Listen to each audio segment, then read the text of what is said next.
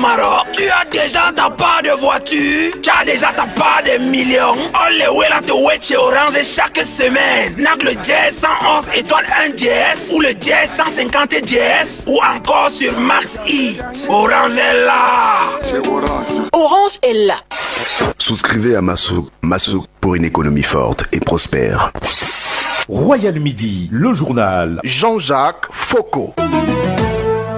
Le journal.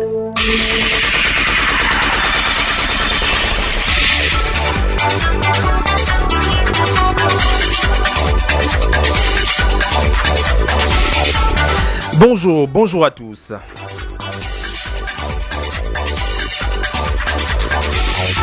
À suivre dans Royal Midi de ce 2 février 2026, des bruits de couloir. Un mois après la promesse présidentielle, celle d'un remaniement ministériel imminent, l'attente se fait longue, le silence des tout-dits pesant. Le 12h ouvre le débat sur les possibles blocages et donne la parole aux citoyens ordinaires, aux politiques.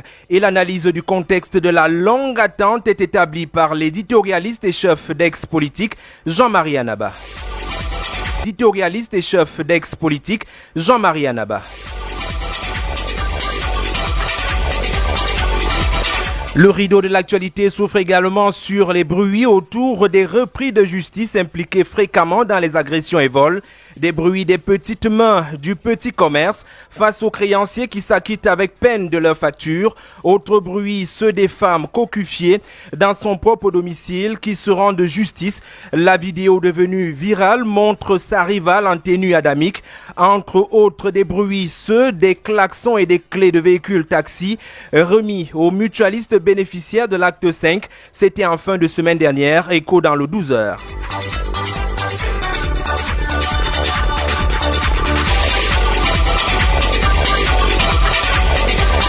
Au-delà de nos frontières, des pleurs en République démocratique du Congo, des morts et des blessés à la suite d'un nouvel éboulement de terrain dans le pays. Les chiffres s'annoncent lourds.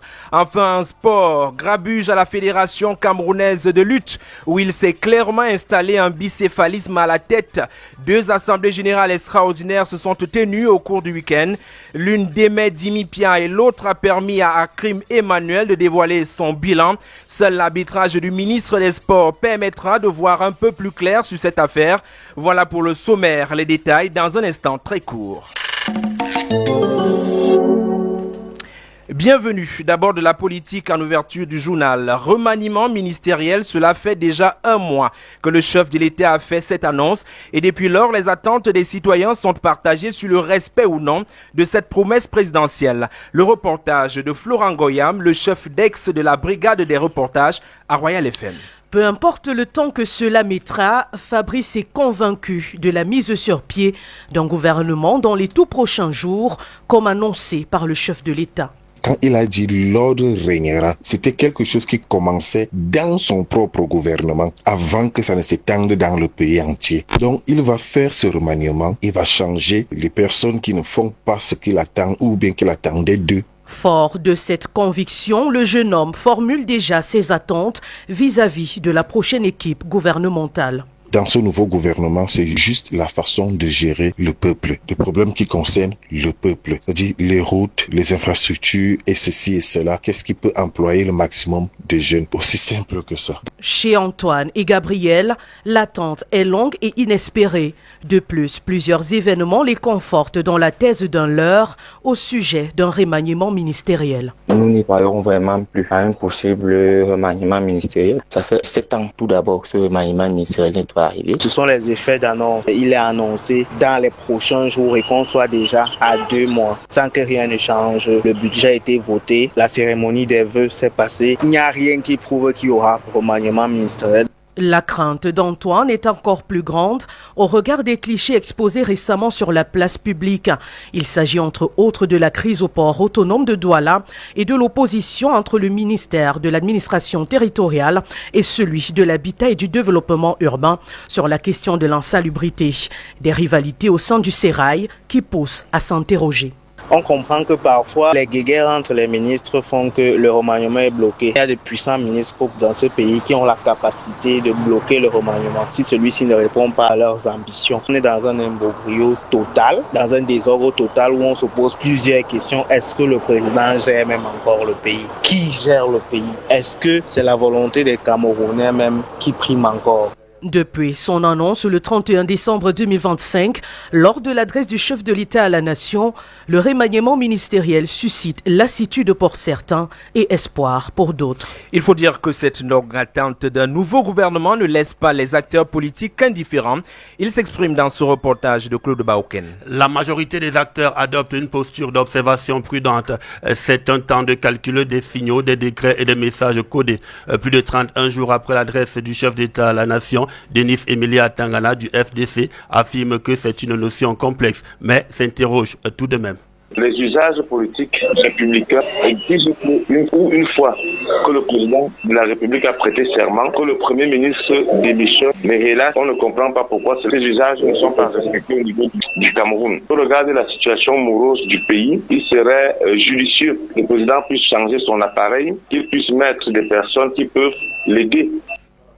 La communication du président de la République devant la nation n'a fait laisser aucune zone d'ombre. Le chef de l'État nouvellement élu déclarait, je cite, « Un nouveau gouvernement arrivera dans les prochains jours ». Du côté du PCN, Parti camerounais pour la réconciliation nationale, plus de 31 jours après l'adresse du chef de l'État à la nation, Félix Nyek-Biara déclare que le président de la République a manqué à sa promesse. Ce qui dérange, c'est la parole du président. Je crois que c'est pour la première fois qu'il se mettait à cet exercice d'annoncer ce qu'il compte faire. Le problème réside dans le timing qu'il s'est donné lui-même. Parce que lorsque vous dites c'est dans les prochains jours, ça ne devrait pas excéder 7. À plus de 7, vous parlez de prochaines semaines, car les 4 semaines, vous êtes déjà dans les mois. Donc, constatons simplement qu'il n'a pas pu tenir cet engagement.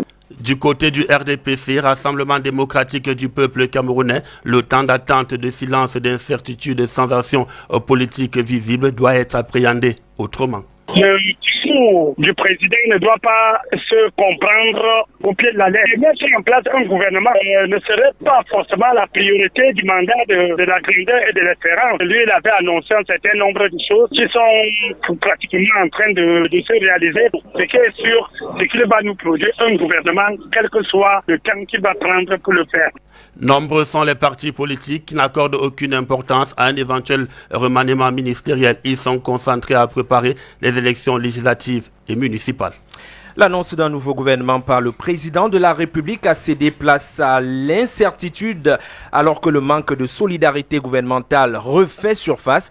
Jean-Marie Anaba, bonjour. Bonjour Jean-Jacques Foucault. Vous, éditorialiste politique et chef d'ex-politique, peut-on comprendre cette longue attente alors que les prochains jours du président de la République avaient été signalés? Vous nous soumettez là à une énigme, celle du Sphinx Paul Biya soumise à ses compatriotes. Une épreuve des nerfs depuis sa déclaration du 31 décembre 2025. Dans son adresse à la nation, le président Paul Biya annonçait alors qu'en dépit du bilan appréciable qu'il venait de présenter aux Camerounais, des efforts soutenus devaient encore être engagés sans délai pour améliorer de manière significative nos conditions de vie. Et c'est ce à quoi devait s'atteler en priorité le gouvernement qu'il devait mettre en place dans les prochains jours. Comme un pavé jeté dans la mare, les fameux prochains jours ont fini par accoucher 1 mois et 2 jours, offrant des tournées et des céphalées aux Camerounais qui, à côté de leurs conditions de vie difficiles, se nourrissent du chapelet des faits divers et de la chronique du manque de solidarité gouvernementale animée par l'équipe Joseph John Gauthier au sujet de l'insalubrité, du mauvais état des routes ou encore de l'affaire du scanning des marchés au port autonome de Douala. Des faits qui traduisent l'état d'un pays qui frôle l'ingouvernabilité. Alors que le président de la République réélu est entré en fonction depuis sa prestation de serment, s'il ne s'agit pas là d'un cheval de Troie pour une dernière évaluation de ses membres du gouvernement, les prochains jours sont désormais partagés entre tractation, distraction et détraction. Face au silence présidentiel, le professeur Jacques Famendongo, secrétaire à la communication du Rassemblement démocratique du peuple camerounais, parle d'un discours de la méthode dans son exégèse publié le 2 janvier 2026, convoquant au passage l'OTAN du président. Mais jusqu'à quand donc? Certainement que la longue attente est due aux critères édictés par le chef de l'État qui a parlé d'un gouvernement qui tiendra compte de 4 variables clés: qualification, compétence, probité et engagement au service de l'intérêt général. Nous attendons le gouvernement, un gouvernement qui devra simplement implémenter la politique de la nation définie par le président de la République. L'attente avec les silences du président. À présent, parlons toujours politique, mais cette fois-ci dans un autre registre. L'Union pour le changement appelle à la mobilisation pour une nouvelle victoire du peuple. Dans un communiqué de presse, la plateforme ayant soutenu la candidature d'Issa Thieroma Bakari a annoncé qu'elle présentera dans chaque circonscription électorale une liste consensuelle et transpartisane face à la liste RDPC lors des élections municipales et législatives pour donner au peuple du changement un moyen de concentrer ses voix et de définir la victoire de l'UPC en 2025, dit donc comprendre la position du principe du FSNC de ne pas participer aux élections à venir. De la politique pour l'économie, euro-obligation, le Cameroun réussit à ramener le coupon effectif de l'opération en euros à 7,79% au lieu de 10,125% comme annoncé précédemment.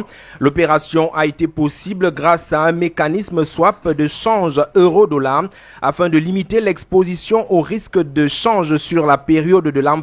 Yannick Ngelewi, l'éditorialiste et chef d'Ex-Économie. L'émission obligataire internationale par placement privé qui permet au Cameroun de récolter 415 milliards de francs CFA et libellés en dollars. De ce fait, le rendement est porté à 10,125%, convoquant l'expertise du banquier senior et expert financier Arsène Ngonga. L'État camerounais 10,13% en dollars aux investisseurs chaque année, mais ne connaît pas la valeur du dollar, par exemple dans 5 ans, dans 2 ans, dans 3 ans. Puisque le dollar fluctue sur le forex, donc sur le marché des devises, et que le franc CFA aussi, indirectement à travers l'euro, fluctue également sur le marché des devises, donc sur le forex, il y a donc une incertitude sur la valeur à rembourser dans 5 ans d'un côté et sur les taux d'intérêt exacts à payer chaque année parce qu'on ne connaît pas ce que sera la valeur du dollar. Alors, pour se protéger contre cette incertitude, une option s'ouvre au gouvernement camerounais, ouvrir un swaps et dans ce cas, un currency swaps où l'État camerounais va être payant. Swap de change euro-dollar, de quoi s'agit-il exactement? Arsène Ngonga pour les précisions.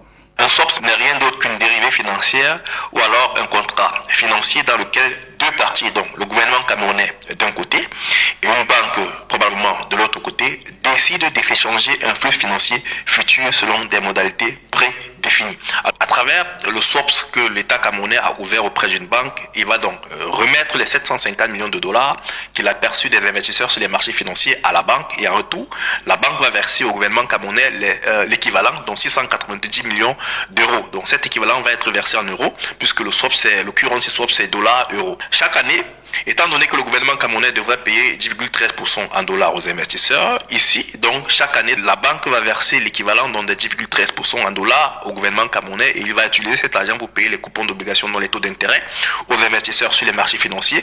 En retour, le gouvernement camerounais devrait payer à la banque 7,79% de 690 millions d'euros qu'il a perçus et ceci pendant 5 ans. Le mécanisme swap de change euro-dollar qui permet de ramener le coupon effectif à 7,79% est salué par les experts dans la mesure où la fluctuation permanente du taux de change engendre une hausse de l'encours de la dette publique du Cameroun. En glissement annuel, on avoisine les 575 milliards de francs CFA par an. À 12h14, parlons société. Vol à l'astuce des petites commerçantes dans la ville de Yaoundé. Le phénomène devient de plus en plus ouvert au vu et au su de tous. Les commerçantes font face aux diverses arnaques, non-paiement des dettes entre autres. Vous avez échangé avec ces dernières, Dorine Bimi. Cette manie des clients qui agace grandement les commerçantes au quotidien rend des fois désagréable certaines. Le cas de maman Antoinette qui ne cache son ressenti hors de notre micro. Hey, on ne peut pas parler de ça. Hein? Non. Si on va parler de l'autre là, ici, ça serait toute une page, pardon. Juste tirer le plus tous les jours. Une parmi tant d'autres qui ont déjà ressenti ce genre de cas et racontent toute une histoire sur la filouterie de certains clients. Un matin, monsieur est arrivé ici à manger. Quand il m'a demandé de lui servir à manger, je lui ai servi à manger, il a fini de manger. Quand je lui demande, il me dit après là, quand je peux le revoir, il me dit non, je n'ai pas d'argent. Vraiment, ça m'a vraiment tendu les nerfs. Et quand je vois vraiment la souffrance que j'endure, je ne dors pas. Je me réveille à 3h du matin pour faire la cuisine. Et quand quelqu'un vient vraiment se comporter comme ça, moi, ça me plaît. Moi-même, j'ai envie d'agresser la personne, mais quand tu regardes, même que tu n'as même pas assez de force, quand tu vas aller. Des vols à l'astuce qui se font de plus en plus récurrents et dont certaines confient tout de même avoir tout perdu au point que leur capital est reconverti en fonds de soins. Le temps qu'on causait ici, voir seulement, il se lève là, mon téléphone est parti, go à gauche. Personne ne m'a encore vu manger. Et voilà, même l'autre qui est assis là, il boit comme ça, 5 fois il a deux. C'est le merci beaucoup qu'il boit, mais plus nuisible que lui, il n'y a pas. Donc tu le sais, le verre de 200, le soir il faut payer les médicaments de 5 000. Des actes qui nuisent gravement aux commerçantes, entraînant des pertes financières et un sentiment d'insécurité. Mais une question se pose, à qui la faute ? Attention à la filouterie, ça peut vous mener dans les arcanes judiciaires. Et aujourd'hui, on essaie de comprendre le phénomène de récidive des repris de justice. Tout part d'un constat de tous les gangs de présumés braqueurs et autres malfaiteurs démantelés par les services compétents et présentés à la presse. La majorité sont des repris de justice. Qu'est-ce qu'un repris de justice? Pourquoi retombe-t-il souvent dans les mêmes travers? Deux experts éclairent la lanterne de Annie-Lisette Ambassa. Sur des pancartes qu'ils arborent habituellement pendant les différentes présentations, on peut lire des écriteaux. Bernardo alias le requin, Yaouba alias l'épée de guerre ou encore Atango alias le tombeau. Des personnages au visage protégé devant le petit écran qui sont des membres de gangs de braqueurs et autres agresseurs, en majorité des repris de justice. Un repris de justice, c'est quelqu'un qui a déjà été plus d'une fois entre les mailles de la justice, qui a très souvent fait l'objet d'une condamnation pour des faits graves. Et la justice a jugé nécessaire de ne pas le laisser en liberté ou en divagation et de le tenir sous la main de la justice et par conséquent dans une maison d'arrêt. Georges Ameke est juriste. Ces personnes ont donc déjà eu à séjourner dans un pénitencier et ont du mal à se resocialiser, mais partagent le quotidien des hommes et femmes dits honnêtes. Malheureusement, s'illustrent dans la récidive. Il répond à un même travers parce qu'une fois en prison, il n'a pas perçu la gravité des actes qu'il a commis, il n'a pas pu se repentir, il n'a pas pu se réconcilier avec la société. Parfois, c'est des gens qui se considèrent abusivement condamnés et dès qu'ils sont libérés, au lieu de le faire à amende honorable, estiment qu'ils doivent prendre la revanche sur la société qui les a indûment conduits en prison. Le défaut de réinsertion fait qu'ils finissent par faire ce qu'ils connaissent faire, c'est-à-dire des larcins, des vols, des agressions. Sur un tout autre pan psychosociologique, l'expert du domaine Samuel Billon soutient qu'au-delà des difficultés de réinsertion socio-professionnelle qui incluent le manque de formation, de qualification, il y a la stigmatisation. Lié au casier judiciaire qui rend donc l'accès à l'emploi très difficile. Vous avez passé du temps en prison, votre casier judiciaire est sale et donc vous n'avez pas beaucoup de chances pour être recruté.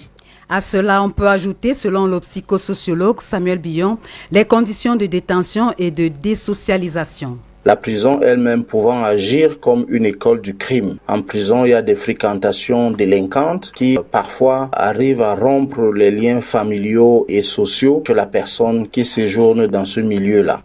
La récidive de ces personnes étant souvent liée à des addictions de drogue et d'alcool, des problèmes de santé mentale non pris en charge à la sortie, ceci pourrait aussi expliquer la situation de ces anciens prisonniers. Quand la femme se fâche, la chanson est connue. La scène se déroule à Yaoundé, dans un quartier de la place où une femme se fait molester et filmer dans son plus simple appareil après avoir été surprise en pleine partie fine sur le lit conjugal de son homme par l'épouse légitime de ce dernier. Que dit la loi dans ce cas de figure? Élément de réponse avec Francine Atiba.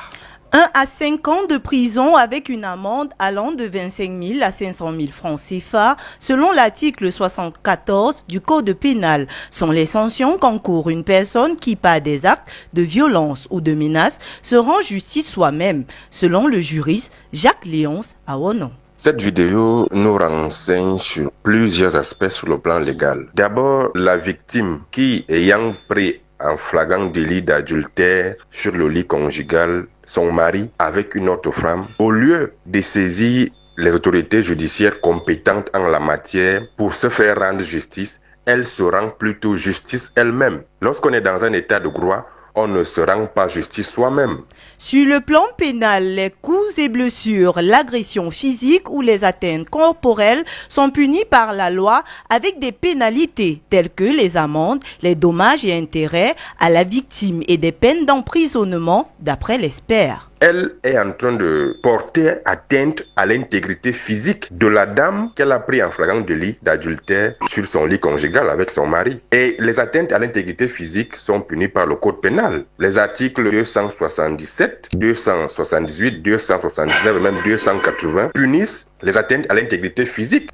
En outre, la responsabilité civile est remise en cause. Le droit à l'image met ici en exergue la responsabilité civile de la dame, qu'on pourrait dire victime, parce que non seulement elle porte atteinte à son intégrité physique, mais également elle filme. Et on sait très bien que le droit à l'image empêche à quiconque de filmer ou de publier les vidéos ou les photos d'une personne sans au préalable son consentement, qui effectivement est prévu à l'article 1382 du Code civil.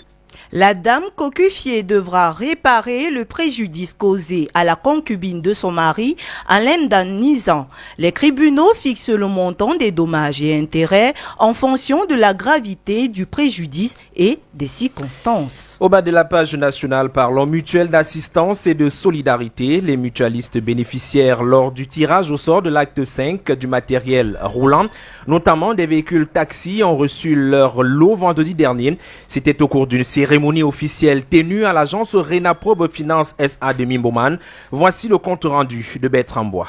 Ferveur populaire, ce 30 janvier 2026, à l'agence Renaprobe Finance SA de Mimboman, dans l'arrondissement de Yaoundé 4e, les mutualistes bénéficiaires, lors du tirage au sort de l'acte 5 de la Masso, reçoivent en toute quiétude le matériel roulant essentiellement constitué des véhicules taxis flambant neufs. Fongue Moïse, le sentiment qui m'anime ce jour, c'est un sentiment de satisfaction. Après avoir espéré, aujourd'hui je suis bénéficiaire d'un taxi. J'exauce de ceux qui n'ont pas cru au projet. Jusqu'à présent, ce n'est pas du bluff. Je compte faire bon usage. Ça fait plusieurs années que j'exerce dans ce métier. Moi, c'est M. Amara Zakari. Je suis mutualiste de ça fait de cela 4 ans aujourd'hui. Je suis vraiment très heureux parce que je suis de ceux qui disaient que la Masso c'était du folklore, c'était du mensonge. Aujourd'hui, je suis bénéficiaire d'un taxi. Je suis extrêmement heureux et j'appelle tous les Camerounais du Nord ici de venir s'inscrire à la Masso car c'est une réalité. La dite remise de l'eau s'est faite au cours d'une cérémonie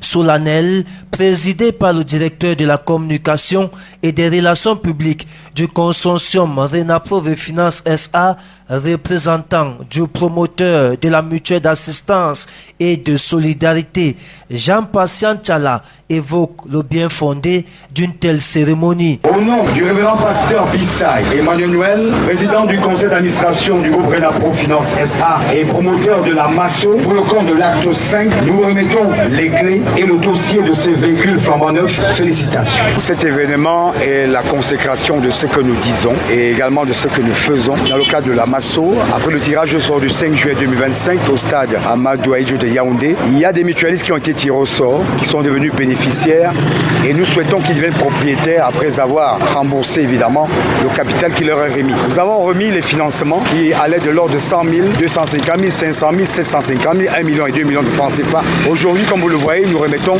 le matériel roulant essentiel pour le dispositif de soutien à la solidarité que la Masso offre aux Africains et aux Camerounais. Fidèle à ses engagements et fidèle à sa vision, la Masso de Renaprobe Finance SA continue de jouer un rôle majeur dans le développement personnel de ses mutualistes tout en participant au rayonnement de notre économie nationale. La page internationale. Et ce midi, c'est avec Bertrand Ouna, éditorialiste sociopolitique. Bonjour. Bonjour, Jean-Jacques Foucault. En direction Haïti, on se projette vers la paix. C'est à travers le début des assises qui seront suivies d'un dialogue interhaïtien à Port-au-Prince, la capitale. L'objectif visé est d'arrêter une feuille de route et d'établir des critères qui vont guider les autorités de la transition. Les travaux vont durer jusqu'au 7 février prochain et la principale mission des futures autorités de cette transition à Haïti sera donc de mettre fin à la dictature des gangs à travers les villes. Autre détour, île de la Réunion, la nature est en colère. Il s'agit là-bas d'une tempête tropicale baptisée Fitia. L'île de la Réunion a été touchée hier par des vents qui allaient à une vitesse de 17 km/h. Les experts disent que la dégradation causée sera de faible ampleur comparée à la catastrophe qui attend la zone du sud-ouest de cette partie du monde aujourd'hui ou demain.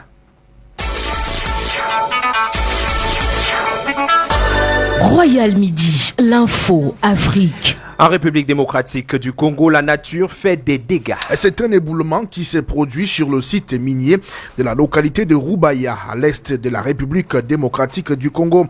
La zone est sous le contrôle de la rébellion M23, soutenue par l'armée rwandaise. Le bilan provisoire fait état d'au moins 200 morts, d'après les autorités congolaises. Les victimes sont en majorité des mineurs artisanaux qui travaillent avec des outils rudimentaires. Et pourtant, cette zone produit 15% à 30% du coltan du monde.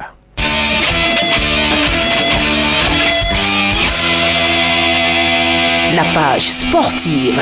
Eric Christian Kouan, bonjour. Bonjour Jean-Jacques Fou. Vous êtes éditorialiste et chef d'ex-sport à Royal FM. Avec vous, nous commençons à feuilleter le carnet des sports de ce midi par la FECALUT avec le bicéphalisme à la tête de la fédération. Il y a 2 présidents à la tête de cette instance fêtière. Depuis samedi dernier, les 2 tiers des membres de l'Assemblée générale se sont réunis pour débarquer le président actuel pour mauvais management. Ils ont décidé d'élire Emmanuel Akrim qui dresse sa feuille de route.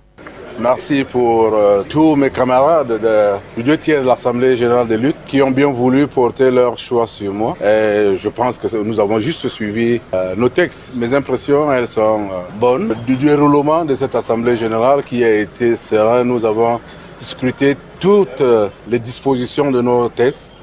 Et Dieu merci, nous sommes arrivés, les 2 tiers ont bien voulu porter leur choix à membre de ces personnes. À cette veille de l'Assemblée générale extraordinaire, le président Dimi Isaac Mpia avait lui aussi convoqué une Assemblée générale extraordinaire qui s'est déroulée sous haute tension. Écoutons le président Isaac Mpia. En parlant, l'Assemblée s'est très bien déroulée parce que nous sommes assis avec les vrais acteurs de la lutte camerounaise. Nous avons discuté de tous les sujets, nous avons évoqué les problèmes qui bloquent la lutte au Cameroun et les solutions ont été trouvées. Les travaux sont déroulés dans une très bonne ambiance, dans la convivialité. Et c'est ce qu'on a toujours demandé parce que même si on n'est pas d'accord, nous ne sommes pas des ennemis. On est là pour la promotion du mouvement du sport et montrer des exemples. En attendant l'arbitrage du patron des sports camerounais, Isa Pia et Emmanuel Akrim dirigent la FECALUT. Laissons la lutte pour le volleyball. La Blue Volleyball League s'est jouée le week-end qui se referme. Et c'était au gymnasium du collège sport-études Johnson à Etoameki. Pour cette deuxième journée chez les dames, Bafia Volleyball a battu Eagles Volleyball 3-7-1 et Warriors est tombé devant Conquistador 0-7 contre 3. Chez les messieurs, Zumanto a dominé Bafia 3-7-1 et Warriors a eu raison de Conquistador 3-7-0. Sur le bilan de cette deuxième journée, écoutons le président de la FECA Volley, Julien Serge Abouem. On peut retenir que la Fédération camerounaise de volleyball continue à mettre en place l'écosystème d'un championnat véritablement professionnel dans le futur. De plus en plus, les manquements que nous avons observés au cours de la première journée sont pratiquement réglés. La qualité du volleyball va s'améliorant. Au niveau de l'engouement du public, de l'animation, tout est OK. Maintenant, il faudrait qu'au niveau technique, on aille un peu plus loin. En taekwondo, l'Assemblée générale de la Fédération s'est tenue également le week-end qui se referme. C'était au siège du Comité national olympique et sportif du Cameroun. Les travaux se sont déroulés en présence des membres du comité exécutif sur les objectifs et les perspectives. Écoutons le vice-président de la FECATAI, Stéphane Timchua. L'objectif de notre COMEX est de faire un bilan de l'année antérieure, de faire des projections en termes de programmation de ce qui sera fait au courant de l'année 2026, mais également au niveau régional, de balayer les différents problèmes, les différentes réalisations, les faits saillants des différentes ligues régionales de taekwondo, de répertorier les difficultés et de travailler sur les solutions d'amélioration. Avant football, la deuxième borne de l'Elite One a été franchie hier. 5 matchs se sont disputés. Après les 2 matchs avancés de mercredi dernier, Canon a trébuché devant Faux-Vazu, 0 but contre 1. Victoire de Dynamo de Douala sur Victoria, 3 buts à 1. Nul vierge entre Unisport du Onkam et Panthère d'une des PWD de Bamenda. Domine Stade Renard, de Mélon 4 buts à 1 et AS Fortuna et Aigle Royal de la Ménois font 0 but partout. L'évaluation de cette deuxième journée avec vous, Olivier Ndemaïpo. La deuxième journée du championnat Elite One 2026 a surpris davantage que la précédente. Pour Saint-Pis Nsor, entraîneur de football, surprise rime avec bon niveau et compétitivité. C'était le but de faire jouer à 14 clubs, que ça soit beaucoup élevé. Les équipes qui prennent part soient prêtes. Ça ira de surprise en surprise. Pour les spectateurs, pour les fanatiques du football, ça donne un peu de piment dans un championnat.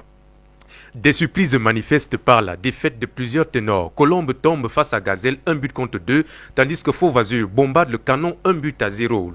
La défaite de Victoria United devant Dynamo est véritablement retentissante. Pourtant, je pense qu'ils ont joué hier hors de leur base contre une équipe aussi qui avait gagné le premier jour. Donc ce n'est que la deuxième journée. La prochaine journée, eux jouent à domicile. Je pense que ça sera un autre match et ça sera peut-être une autre réalité. En dépit de ces surprises, le technicien ne s'attend à aucun tremblement de terre au final. Les 14 clubs, en majorité, sont les équipes qui ont déjà 1 ou 2 fois été champions, ou alors ont été parmi les 3 premiers à un moment donné dans une saison. Tout le monde peut être champion. Sur les 14 clubs qui sont à MTN et Elite One, il y a au moins 7 qui peuvent être champions à la fin de la saison. La troisième journée est annoncée mercredi prochain. Des chocs sont attendus. À 12h30, il nous a rejoint pour le condensé de quelques-unes des nouvelles développées dans ce journal. Bonjour Jeffrey Tachoum. Good afternoon, Jean-Jacques. 1 month after the President of the Republic addressed the nation, the government announced to be formed in the upcoming days is still awaited. A prolonged silence that has left Cameroonian citizens divided, with some expressing doubts and uncertainty following recent slowdown in decision-making and field within the administration.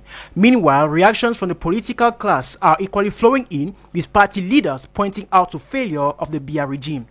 Moving on to economy, Cameroon has obtained a reduction in interest rates thanks to a euro-dollar foreign exchange swap mechanism, an operation that was made possible through the fixed parity between the CFA francs and the euro. The move, which experts say will be beneficial to Cameroon in reducing borrowing costs, improve liquidity management, and doubt stability. In society, the recurrence of former convicts remain a growing concern in Cameroon.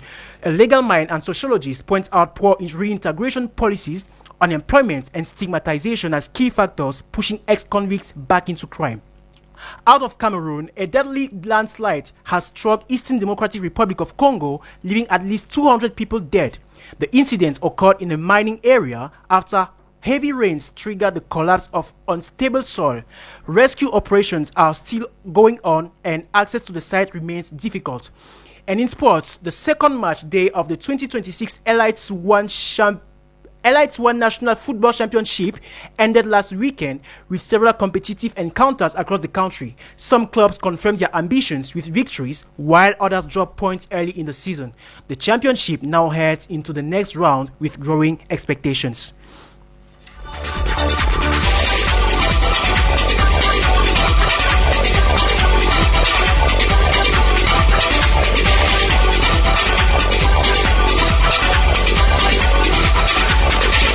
Le 12h se referme. Merci de nous avoir écoutés, messieurs et dames. Ce journal a été préparé avec la collaboration de l'ensemble de la rédaction centrale de Royal FM. Mise en musique, mise en onde, Ulrich Kemoué, Radiovision Alain Kwekam, réalisation Raïssa Moko, édition en chef Florent Goyam, coordination éditoriale Ebel Belassamari, coordination centrale Roger Kiek, supervision générale le reverend pasteur Bissay Emmanuel Noël. Présentation Jean-Jacques Foucault. J'aurai le même plaisir à vous retrouver demain dès qu'il est 12h sur la radio. Pour le moment, prenez place. Un brin de fraîcheur s'installe avec Fraîcheur Royale. Raïssa Parker Bon après-midi, bienvenue. Merci beaucoup Jean-Jacques Foucault. Bon après-midi à vous et bon après-midi à nos auditeurs. Encore un sujet alléchant pour cet après-midi. Oui, forcément, c'est un démarrage en douceur et d'ailleurs on va aller dans l'éducation de nos enfants, le rôle du parent. Est-ce que lorsqu'un enfant a 21 ans et que cet enfant vit encore sur votre toit, avez-vous le droit en tant que parent de fouiller dans son téléphone, fouiller dans ses affaires? Est-ce qu'un parent a le droit de fouiller dans les affaires de son enfant? Un enfant âgé, disons un adulte de 21 ans. Est-ce qu'un enfant grandit auprès de ses parents? Non, mais certaines personnes diraient que cet adulte, cet enfant a besoin de son intimité. Oui, peut-être qu'il devrait louer une nouvelle maison. Pour avoir son intimité. Avoir son autonomie. Là également, il a son intimité. Le parent peut-il entrer sans frapper, par exemple? C'est la maison du parent. Il entre sans frapper. C'est lui qui loue. L'enfant a-t-il le droit d'avoir un cadenas sur sa porte? Le cadenas comment? Dans la maison de qui? La porte de la chambre. De toutes les façons, vous en parlez avec les auditeurs. La deuxième thématique, jusqu'où une femme doit pardonner l'infidélité de son mari? Jusqu'où une femme doit-elle pardonner l'infidélité de son mari? On se dit simplement à très bientôt. À ceux qui passent à table, bon appétit, messieurs et dames, que Dieu